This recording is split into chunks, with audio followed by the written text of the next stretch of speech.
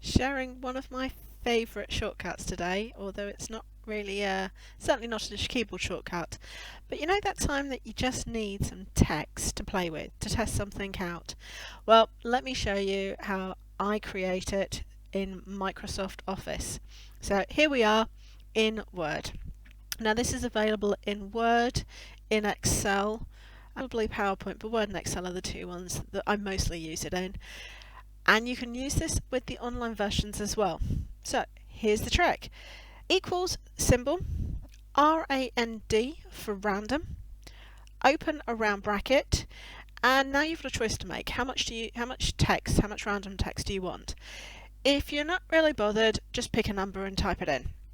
If you want to be a bit more specific, you can actually pick two numbers with a comma in between, and that defines how many paragraphs you have and how many sentences are in each paragraph. I'm just going to be easy. Let's just choose the number 10. Close the bracket and simply hit return.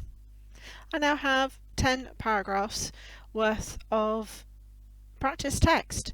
It is one of the help facilities about video, and it's as easy as that.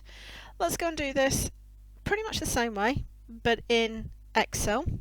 So again, equals RAND, open brackets, and you don't have to type anything in. If I just close the brackets and hit return, I get a number.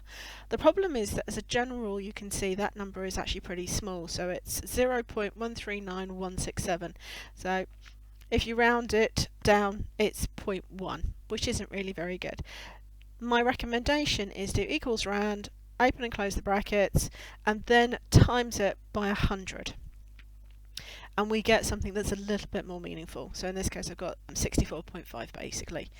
You can keep using this. Now the only downside or the only catch that you've got with regards to Excel is that if you do something else, let's do it somewhere else, again remember to times it by 100, the number keeps changing.